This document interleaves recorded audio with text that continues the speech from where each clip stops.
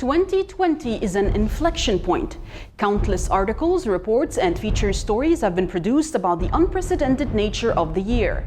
Top headlines made references to the global pandemic and the ongoing financial crisis. If West Asia were a company, it would have filed for bankruptcy this December, declaring its inability to shoulder losses any further.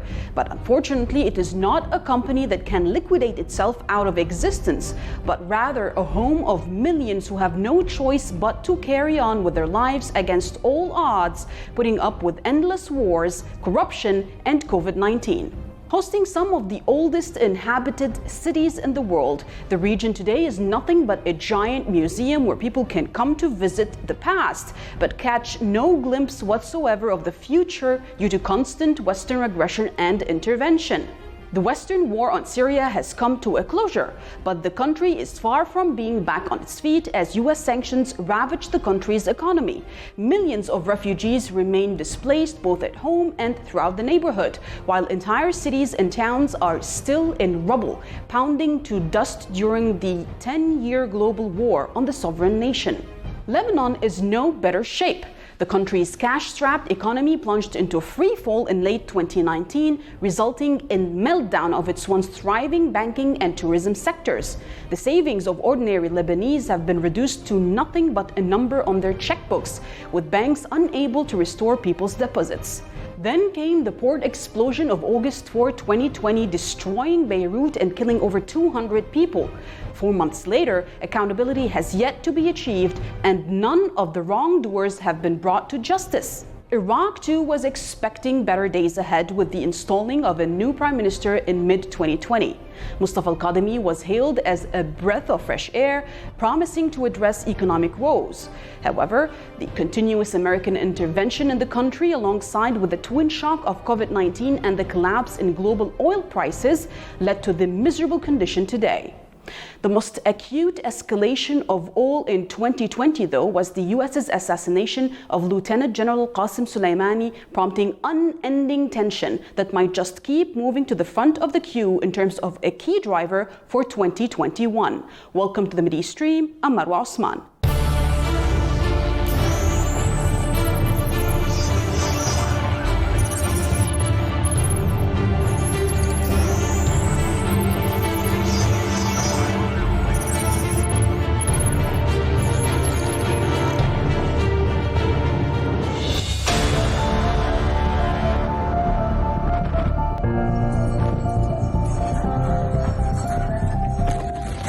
2,750 tons of confiscated ammonia nitrate were hoarded between the years of 2013 and 2014 at Beirut's port number 12.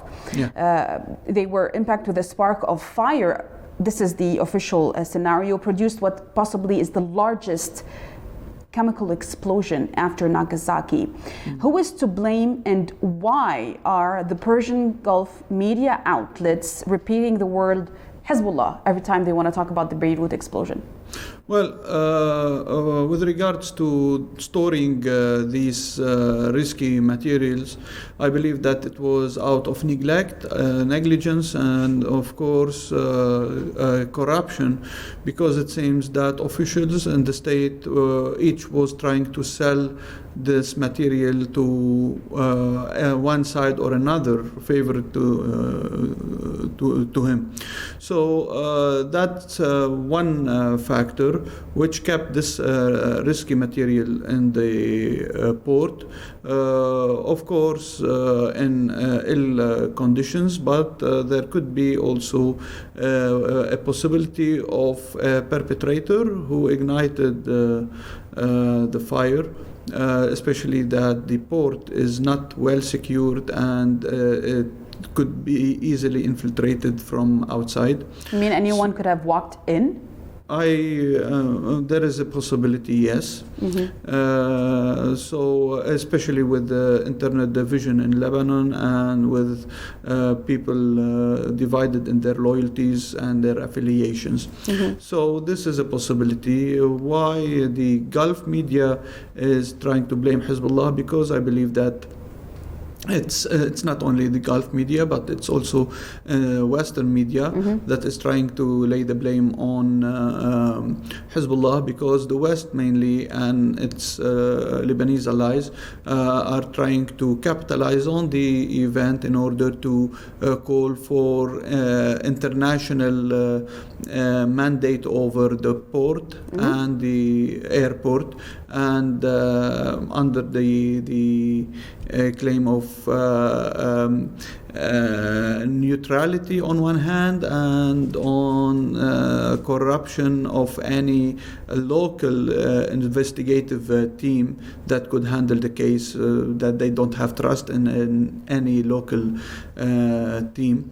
So I believe that they are trying to capitalize on this in order to put the port and the airport under international, let's say, control. And it was also coupled by attempts to shift the role of the UNIFIL in Lebanon in order to give it prerogatives of acting and not as a peacekeeping force, but rather as an occupying force that would protect the borders on behalf of the Israeli entity.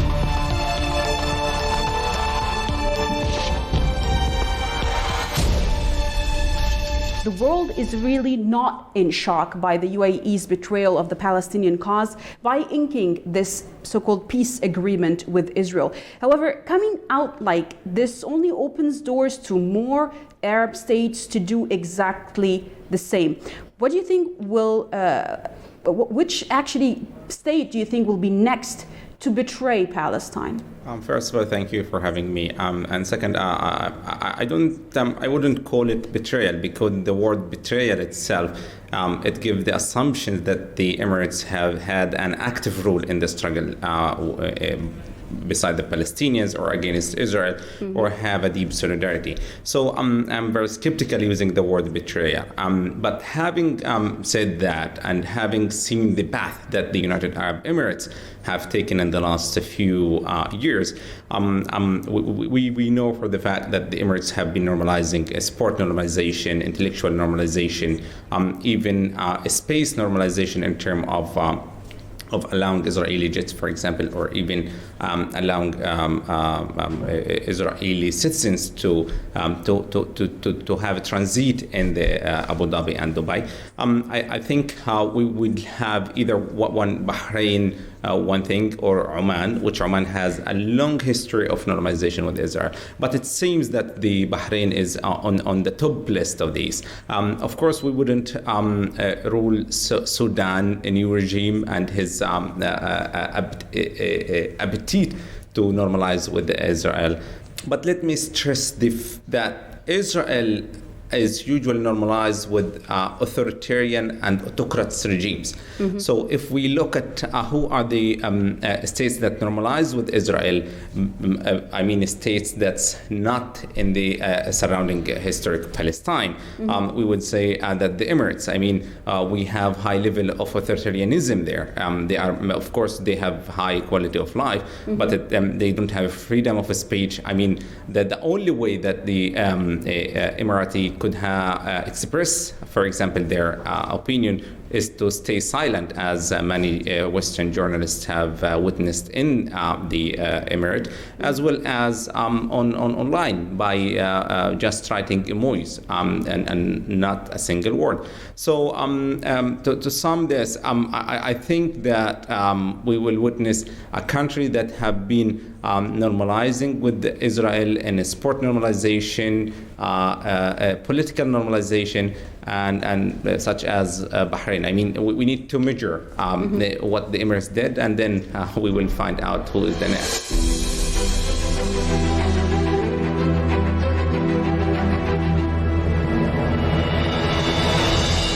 A model of defiance against oppression and injustice, a woman of patience and of endurance. There was no act of worship greater than continuing the rising of her brother, delivering fiery sermons in Kufa, in Syria, in Yazid's own majlis.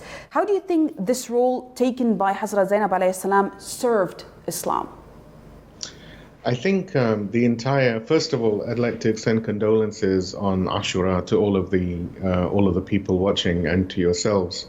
Thank you. But I think the entire epic of Ashura required a second component. It's not just one component that makes the victory. You need to have the component of Imam al-Hussein and the actual stance within Karbala, but also you need Sayyid Zainab and the second Zainabi revolution that actually got the message that was delivered and that was learnt or should have been learnt in Karbala to the wider population and even to us. If Sayyid Zainab had not made the speeches and had the resolve and the strength that she did have, then today you and me probably wouldn't be having this discussion because Karbala would have just been a blip in history. Sayyid Zainab made sure that Karbala was never forgotten and that the sacrifice of the 72 was always something that was understood by people, that drives people. And of course, we know in Lebanon, the idea of Sayyid Zainab and the idea of Imam al-Hussein is one of the key ingredients that resulted in the 2000 ejection of the Zionists from South Lebanon. And of course, it's also one of the things that helped with the 2006 victory, but also with Iran and the Islamic Revolution and our brothers and sisters in Yemen, in Syria, everywhere.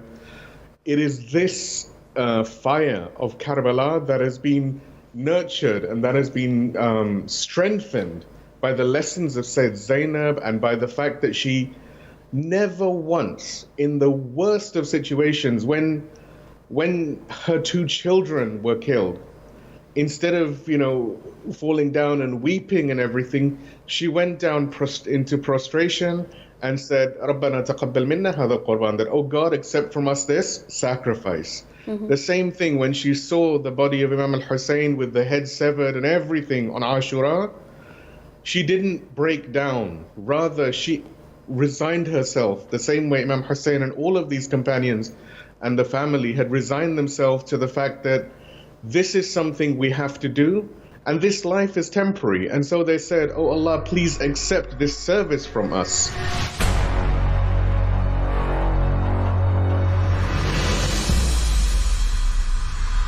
So how did Yemen become the Karbala of our time? To discuss this issue with us from Sydney is Jay Therapel, who is member of the Yemen Solidarity Council. Thank you very much, Jay, for being with us. Now, what motivated Imam Hussein alayhi salam to leave for Karbala was to make sure that the rule over the nation does not fall in the hands of the likes of Yazid. Now, Al-Hussein went out announcing his revolution, which will remain obviously immortal over time, but so that successive generations will be able to draw lessons from the revolution by confronting injustice. How do you see this in Yemen today in comparison to the revolution of Karbala? Well, this comparison is made by the Ansarullah movement themselves because there are so many parallels between what they've endured since the victory of their revolution in September 2014 and the events leading up to Karbala. Firstly, Imam al-Hussein never took up arms against Yazid. Rather, it was Yazid that took up arms against Hussein and the Ahl al-Bayt, culminating in the massacre at Karbala.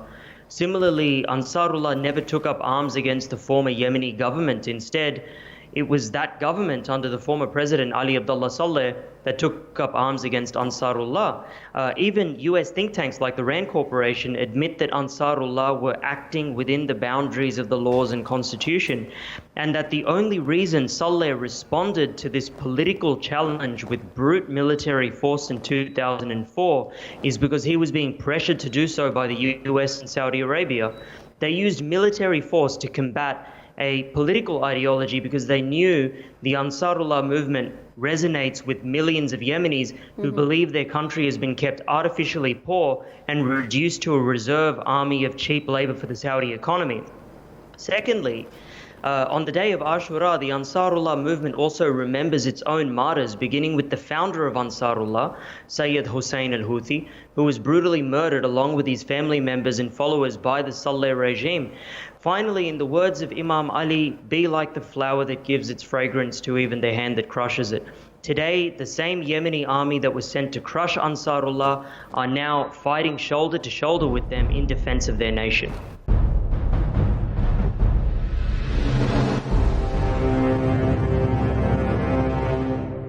Prominent Iranian nuclear physicist Dr. Mohsen Fakhrizade's name was mentioned multiple times in the presentation in 2008 by Israeli Prime Minister Benjamin Netanyahu, during which he repeated baseless claims about the Iranian nuclear program. Now, such blatant evidence against the Zionist regime of Israel compels the UNSC and the so-called international community, if you will, to condemn this act of terrorism.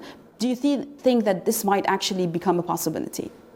Iran doesn't have any expectations. Condemnations really don't do much good when a crime has been carried out. The only way to really make the aggressor refrain from committing similar crimes again is for them to suffer the consequences. Mm-hmm. But the European Union, the British, Western governments, none of them condemned it. The European Union called it a criminal act, but there was no condemnation, and there will be repercussions. If you recall, when the British regime claimed that Russian double agent was attacked in England or poisoned in England, even though he didn't die, they made this a huge issue.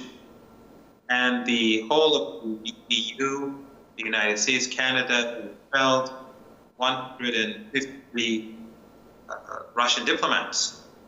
Result. In the case of Iran, there's no condemnation. And in addition to that, there is no force behind the statements themselves. So Iran is forced with the initiative. Iran will definitely retaliate, but also Iran will reduce its commitments to the nuclear deal as well as cooperate with the JCPOA. It retaliates against the regime for the attack, and Iran's reduced commitment to cooperation will be a response to U.S. attack and equal difference.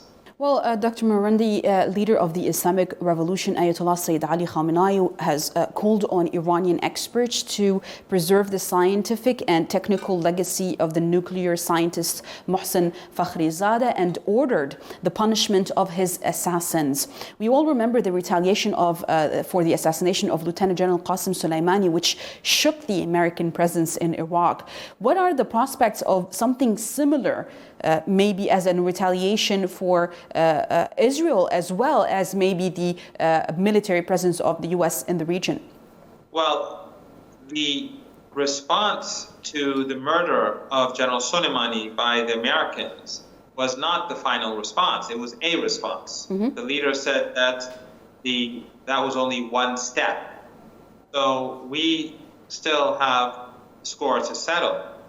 With regards to General Fakhrizadeh, I think the response will be the same. It will be comprised of different components.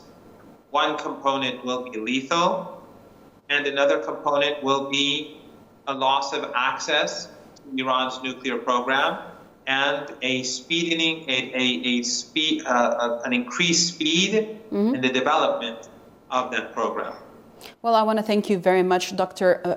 Mohammed Marandi, professor at Tehran University, for talking to us about the prospects of retaliation of what Iran will be possibly be doing against the assassins of Dr. Mohsen Fakhrizadeh. Thank you for being with us. Now, please stay tuned. We'll talk in the next segment about how the U.S. Embassy in Baghdad is trying to impose its views on the Iraqi government and nation.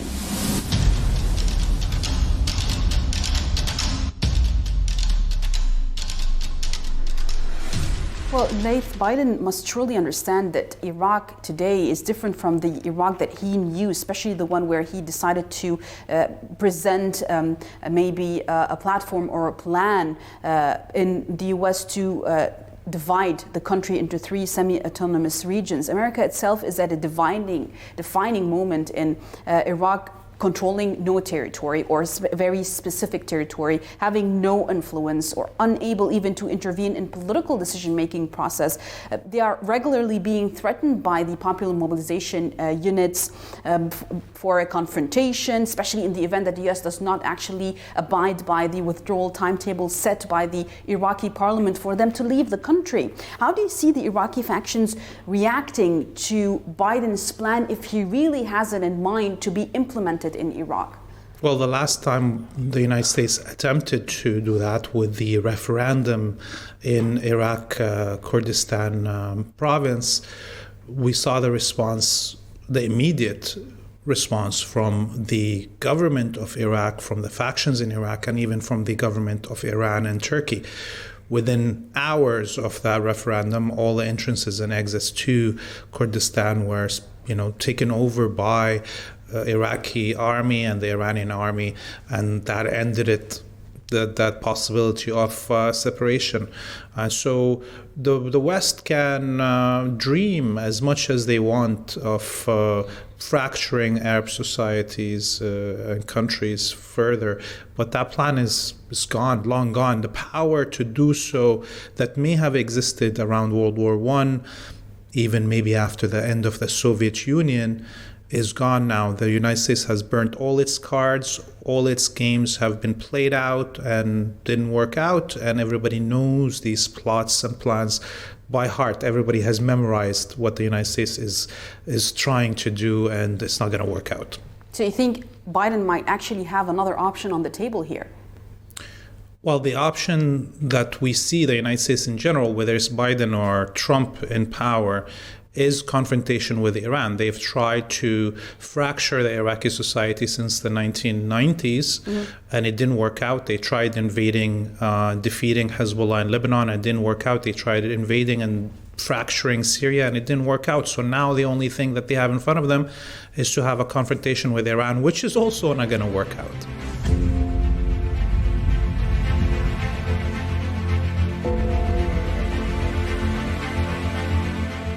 This is what I want to talk about, the legacy, especially as you being part, as I mentioned, a member of parliament representing Hezbollah, the Lebanese resistance, the Lebanese Islamic resistance. How do you think the legacy of the likes of a warrior like Lieutenant General Qasem Soleimani has affected the performance of your local Lebanese resistance? You're totally right. Actually, when you see someone who has this self-denial, he is altruist. He sacrifices himself. He works day and night. He never recognizes anything of the halal pleasures of life. He is away from his family. He's away from everything, only to help any oppressed. We know very well, and we all remember the Mount of Sinjar, where Yazidis actually they were downtrodden and they were mutilated, they were killed, they were cleansed by Daesh. Who helped them? The Kurds as well in Iraq. All those who shouted for help, the Soleimani ears were there, the Iranian ears of the Islamic Republic of Iran, of this revolution, of the oppressed, was there to help people everywhere in the world. We all remember here in Lebanon, we remember Bosnia and Herzegovina when the Iranians helped there. We remember Palestine, we remember everywhere. That's why the kind of legacy and heritage, even if we are working now in the parliament, some may be working like yourself or others in the media front, in the social media, all kinds of media. Some people would work, and now as they work in the medical field with this now coronavirus, and at certain times all those who are wounded or mutilated by the Israeli aggressions, raids, whatever. We should excel, because Qasim Soleimani has set an exemplary model, a model of sacrifice for everyone who would work in every kind of field in order to excel. And I would suggest, really, we have to have this kind of Soleimani icon, like a medal for everyone who excels in his field. We should, I mean, not the Islamic Republic of Iran. We are those who benefited from his blood, from his sacrifices, more than anyone else. He embodies and dramatizes and he gives an example about the Islamic Revolution, the Islamic Republic. But we, the people of all of this axis of the resistance, people of humanity, people of goodness, should pay homage, should pay tribute to his sacrifices, and make a kind of Soleimani badge, Soleimani symbol, Soleimani icon, Soleimani honor at every level of and field of service to humanity. And this is something that should be set as an exemplary model, and everyone should sacrifice and should persist and should work with honor in order to reach this stage. Please stay tuned. We will be seeing you